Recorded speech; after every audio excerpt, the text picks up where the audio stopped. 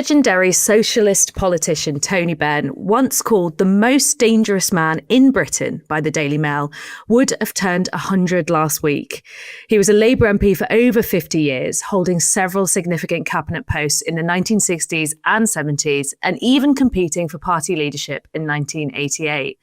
Benn died in 2014, aged 88, but he continues to influence politics and a new generation of activists with his radical vision for justice, equality and peace. A centenary anthology put together by his daughter, the author and political commentator Melissa Benn, is a reminder of his political potency today. And she's joining us now. Melissa, welcome to Pod Save the UK. Thank you very much for having me. I'm thrilled to be here. Melissa, your father received a review from the Daily Mail that even I have not received. The most dangerous man in Britain. Quite an extraordinary turn of phrase. I know, and look at that friendly face. I'm just holding up the cover. Don't know if it was the Mail. I think it might have been Kingsley Amis who first called him the most dangerous man in Britain. Kingsley Amis, the novelist, Martin Amis's dad. But it's true that there was a period where he was considered dangerous. And that was when I was a teenager. I lived through all that. Why do you think he was considered dangerous? Because people my age, his political beliefs were certainly very front and centre and very formative to a lot of us. My earliest memory of him is having a sort of initially hostile and then quite genial interview with Ali G. Do you know, I think the Ali G interview was quite a moment in his life because most people did not come out well of an Ali G interview. And I sometimes try to work out why he did. I think it was because he didn't make concessions to Ali G. He just said what he wanted to say. And I don't know, he just had a way with him. But why was he considered so dangerous? I think because he was sincere, he was very radical, he became more radical, he had real political experience behind him. He'd been an MP from 25. He was the baby of the house. He'd been, as Zoe mentioned, a minister in the 60s and the 70s. And his views evolved. People often suggested that he was a sensible centrist politician who went crazy on the hard left shoulder of British politics. Actually, if you look through his life, which I did to write the introductory essay, he was always quite radical. But he became more radical, and being a minister really changed his view of the way everything worked, the economy, the civil service, the media. And then he became so radical that he left the Labour Party behind, or the Labour Party left him behind. But from that point on, he then became more of a teacher and a preacher. And, you know, he was a fantastic speaker. I think I can say that. Even as his daughter, I can't be objective, and you wouldn't expect me to be. And it's a bit of a rare gift, actually, when you look at our current leaders. There's not many of her, she said politely. In the introduction to this book, you write that your father's ideas have become more relevant as we move into what may be the most dangerous phase in global human history since the Second World War. I mean, we're talking this week as Donald Trump's tariffs rock the world and Keir Starmer has declared a new era of global instability, saying that the UK can't be coward and must seize new opportunities. Well, just two parts, I think, that I want to ask you about. One is, what have you identified in what we're moving through at the moment collectively that makes this the most dangerous phase in human history since the Second World War? And how do you think the ideas that your father stood for most staunchly come to bear or have things to say about the time that we're living in? I mean, what is not dangerous about where we are now? Everything. Trump's craziness, the chaos, Russian invasion of Ukraine, growing inequality since 1980, Labour welfare cuts. Where do we stop? Where do we begin? That's the first part of the question. I think that's easier than answering part B, Nish, which is what in his thinking would help us.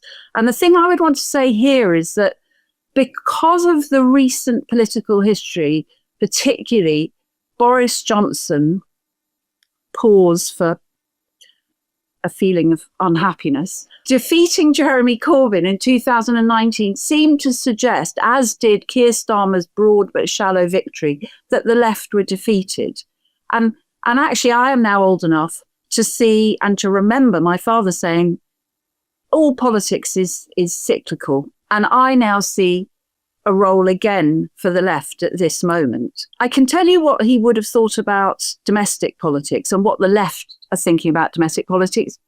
But actually, James Medway, I think was on your programme last week, said it all, that there are various things which the Labour government could do to tackle inequality. There are lots of things, from a wealth tax to equalising income tax and capital gains, to loosening the fiscal rules so you can borrow to invest so that you can get the economy going. All those things are left ideas. I think internationally, it's much more difficult to know what the answer is. Probably the answer is something a bit boring about creating new markets. The international situation is so unstable at the moment, it's hard to come up with a distinct left view of it, or I can't. It's something that we agonise over every week on this show, which is, particularly from an international perspective, how do we replicate the success of the hard right's contagion of their ideas? There is a distinct connection between the domestic and foreign policies of Donald Trump, Benjamin Netanyahu, Mohammed bin Salman, Vladimir Putin, Viktor Orban, Narendra Modi, however many of these strongman hard right leaders you want to name, the list seems endless. And, you know, the growing influence of the AfD in Germany is also a wing of that. The thing that I'm agonizing over is how we create a parallel block of ideas and philosophies that actually are given voice by mainstream politicians to actually push back against that international wave. I think you need people who really believe in alternative policies. And I think we have a very, very cautious government. Loathe him as I do, Farage seems to cut through. He has some ability to communicate. And I think Tony, Dad, did have that as well. He was an explainer. And actually, he recognised that it's about going to where people are and explaining and communicating. And I think this tendency of politicians still to put a piece in the Telegraph, put a piece in the Times, go on the Today programme is missing a whole set of constituencies.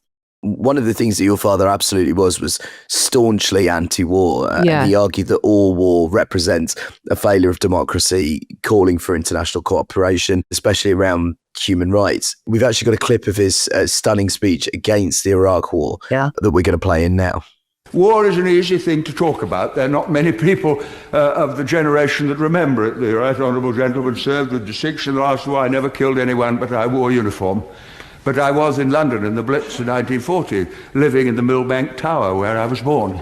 Some different ideas have come in since. And every night I went down to the shelter in Thames House. Every morning I saw Dockland burning. 500 people were killed in Westminster one night by a landmine. It was terrifying. Aren't Arabs terrified? Aren't Iraqis terrified? Don't Arab and Iraqi women weep when their children die? Doesn't bombing strengthen their determination? What fools we are to live in a generation for which war is a computer game for our children and just an interesting little Channel 4 news item. Every member of Parliament tonight who votes for the government motion will be consciously and deliberately accepting the responsibility for the deaths of innocent people if the war begins, as I fear it will. Now, that's for their decision to take. That's quite something. It's an extraordinary speech. When I was writing the introduction, I was trying to think, why has he endured, but so many of the giants of his generation have not? And I think it's because he does, and I don't say this cynically, comes across very well on TikTok and Twitter and all those things, those short extracts of speeches. And that, I think that is such a powerful clip. It makes me quite emotional every time I hear it. But to pick up your point, Nish, he was against war. I mean, he led Stop the War Coalition against the invasion of Iraq and Afghanistan. But of course, he completely believed in the just war and fought in the war of 1939 to 45. So it's not a total anti-war position. It's about deciding what are the balance of forces and where is social justice best served. And that's what would have to be decided now if and I hope we never get to that, we move into an international conflict of that kind. Melissa, what do you think your father would make of the government's approach to the war in Gaza, particularly? Because that has obviously received a lot of ire from the Labour, not just the Labour left, but actually plenty within, Labour and across the political spectrum. What do you think your father would say about this? Oh, I know what he would have said, because he had begun as a supporter of Israel, had been to Israel immediately after the Second World War, and slowly and reluctantly became very critical of the Israeli government and its, as he saw it, occupation and containment, and I suppose a form of apartheid within Gaza and the West Bank.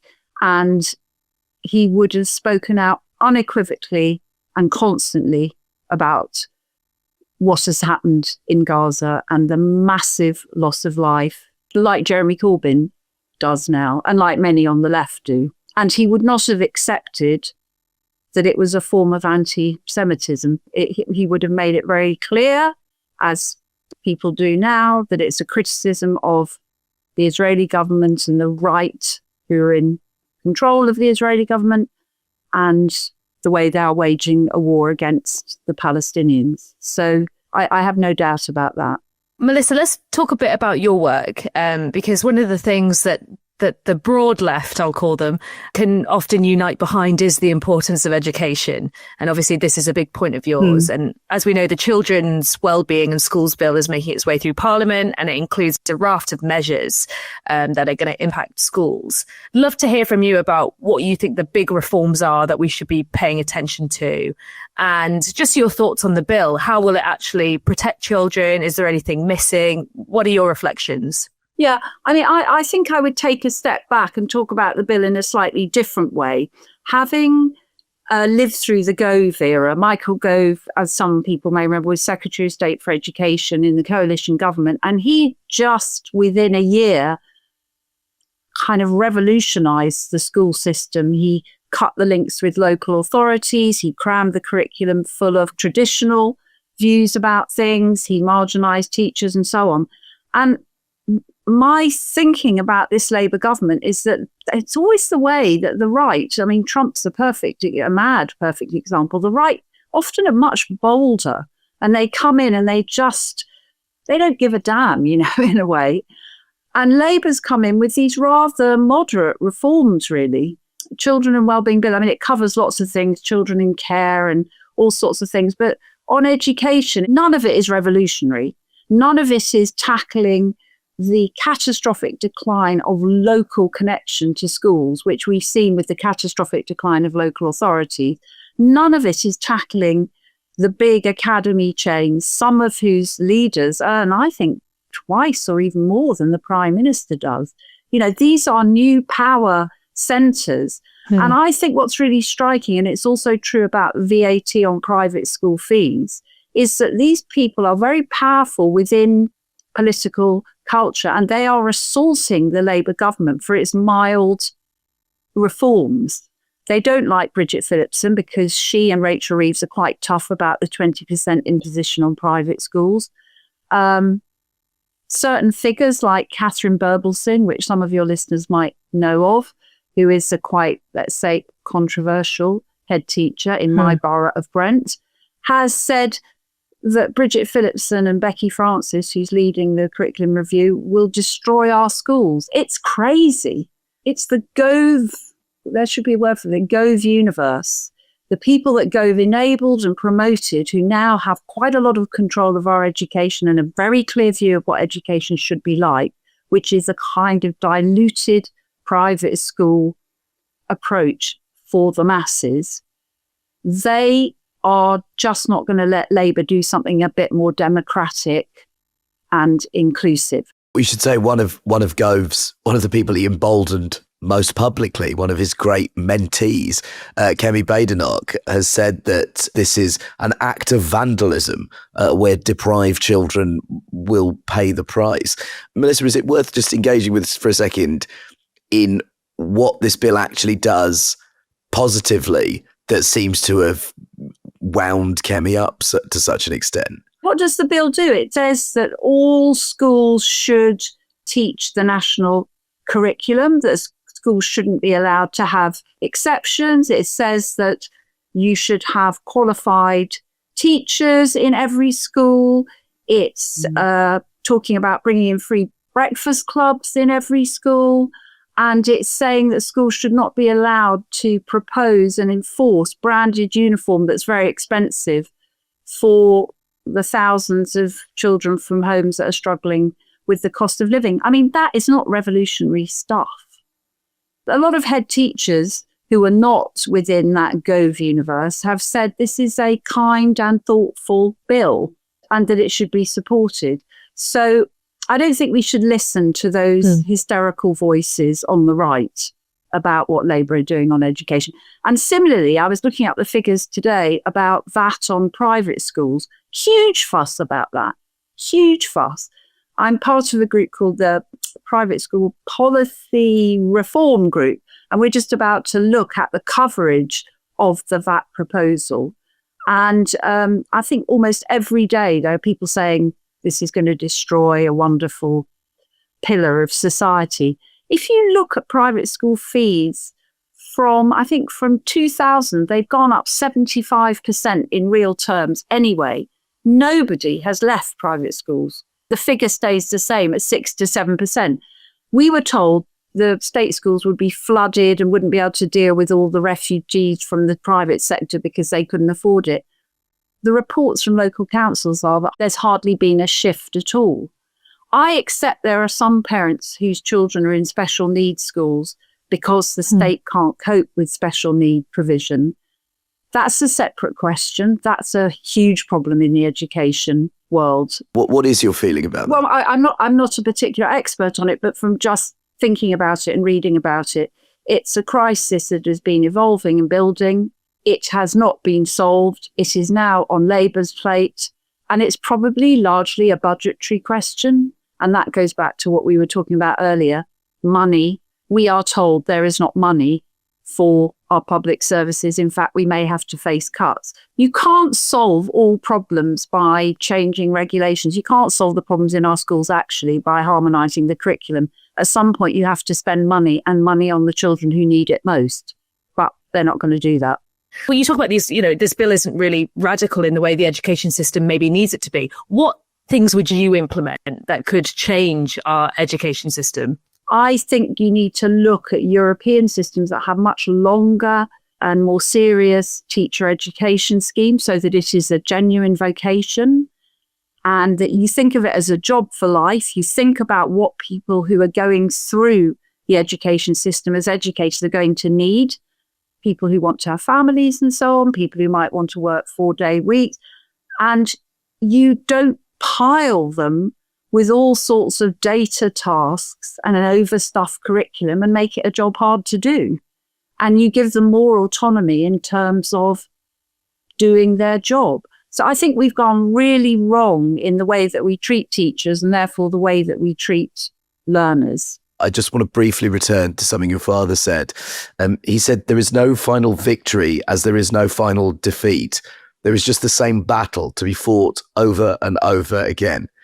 The political landscape is increasingly bleak, and it's easy for a lot of us, I was going to say who listen to the show, it's easy sometimes for a lot of us who present the show to feel incredibly disheartened. What is a message of optimism that you can distill from observing his life and his messages that you can deliver to the listeners? And I cannot stress this enough, also the hosts. Yeah, well, I think you don't do a bad job, actually, of keeping a bit of a little flame of hope alive, but also you do it with humour. So you're doing, I would say little sounds patronising, you're doing your bit. No, I think you're bang on. I'll take a little as being quite generous. Okay.